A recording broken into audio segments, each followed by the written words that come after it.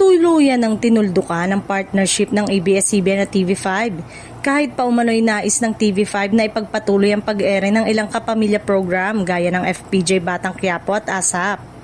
Ayon sa mga ulat, nakapagpasya na ang Kapamilya Network na huwag nang mag-renew ng kanilang content agreement sa TV5 matapos mabayaran ng buo ang lahat ng obligasyon nito sa MQuest. Sa mga nagdaang taon, nagsilbing tahanan ng ilang ABS-CBN shows ang TV5 kasunod ng pagkawala ng prangkisa ng Kapamilya Network noong 2020. Gayunpaman, bilang paghahanda sa pagtatapos ng kasunduan, unti-unti nang inalis ng TV5 ang mga programa ng ABS-CBN sa kanilang lineup.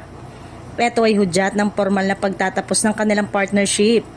Nilinaw naman ng ABS-CBN na nananatili ang kanilang layunin na maihatid ang dekalidad na programa sa mas maraming Pilipino sa kabila ng pagbabago sa kanilang mga network partnership.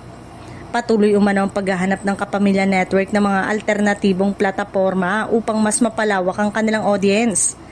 Kasabay ng pagtatapos ng TV5 deal, lumutang ang balitang babalik sa Channel 2 ang Kapamilya content sa pamamagitan ng All TV. Sa ilalim ng isang licensing agreement, mapapanood sa All TV ang piling ABS-CBN shows na nagbibigay daan upang muling magamit ang dating Channel 2 frequency sa free-to-air television. Malaki ang naging reaksyon ng mga netizen sa balitang ito, lalo na't matagal nang hinihintay ng mga taga-suporta ang mas malawak na pagbabalik ng ABS-CBN sa Free TV. Para sa marami, simbolo ito ng panibagong yugto at muling pagbangon ng network na patunay na patuloy na buhay ang presensya ng kapamilya sa telebisyon sa kabila ng mga pagsubok.